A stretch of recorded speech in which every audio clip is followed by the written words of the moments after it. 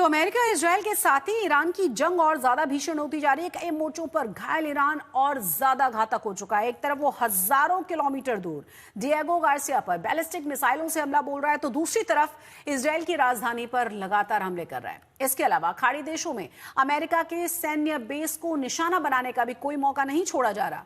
उधर ट्रंप के बयानों की भी मिसाइल लगातार बमबारी कर रही है। ट्रंप ने फिर से दोहरा दिया है कि ईरान की सेना को बोरिया बिस्तर बांध लेना चाहिए। पूरी तरह से वो बर्बाद होने की कगार पर पहुंच चुके हैं।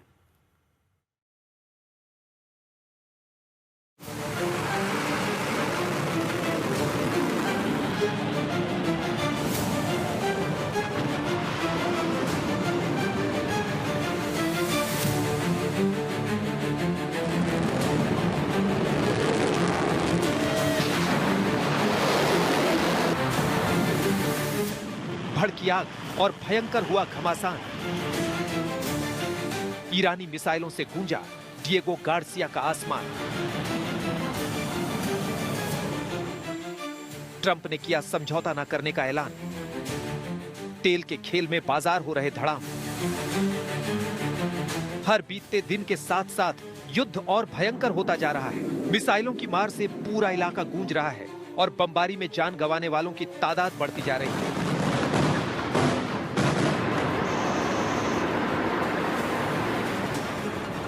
इस जंग में काफी कुछ गवा चुका ईरान अब और आक्रामक होता जा रहा है। उसने अमेरिका के साथ साथ अब ब्रिटेन के सैन्य बेस को भी निशाना बनाना शुरू कर दिया है।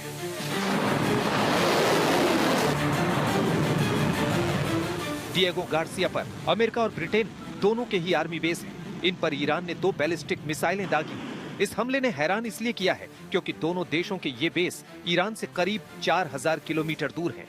इतनी दूर तक हमला करने के ईरान के खतरनाक इरादे पूरे इलाके में युद्ध के और भयंकर होने का इशारा कर रहे हैं। वैसे अमेरिका का दावा है कि दोनों ही मिसाइलों को हवा में ही नष्ट कर दिया गया। बगदाद में भी अमेरिका के ठिकानों को निशाना बनाया गया है। एयरपोर्ट के बेहद करीब ड्रोन के हमले के बाद इन ठिकानों पर आग की लपटें उठती देखी गईं। ईरान ने मिसाइलों का मुंह इजरायल की तरफ भी मोड़ा है। तेल अवीव में मिसाइलों के जरिए बम बरसाकर उसने काफी नुकसान पहुंचाया। ईरान के हमलों को देखते हुए तेल अवीव में बार बार सायरन की आवाज सुनाई दे रही है।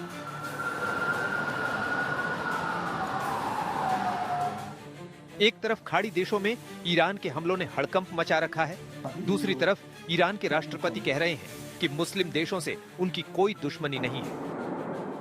ईरान के राष्ट्रपति खाड़ी देशों से संबंध सुधारने की पहल बेशक कर रहे हैं, लेकिन ट्रंप की माने तो ईरान पूरी तरह तबाही की कगार पर पहुंच चुका है। अब ना ईरान की सेना बची है, ना ही तेवर, ना ही लड़ने की ताकत। Leadership is gone, the Navy is gone, the Air Force is gone, the anti-aircraft equipment that they have, the radar they have is all gone, everything's gone. The strait itself, the actual strait, how are you? Well, we've been hitting them awfully hard. I mean, I don't know if you can possibly get hit harder, but these are thugs and animals and horrible people. But you can't hit anybody harder than we've hit them.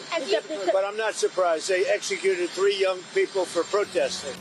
युद्ध विराम की अटकलों को Trump ने सिरे से नकार दिया है। उन्होंने इतना जरूर कहा है कि बातचीत तो हो सकती है, लेकिन सीज फायर कतई नहीं।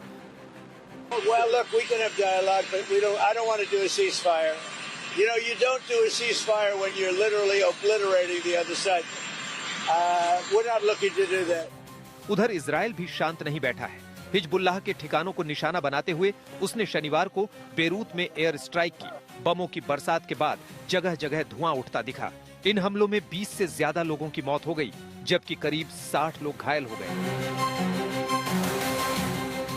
आज तक ब्यूरो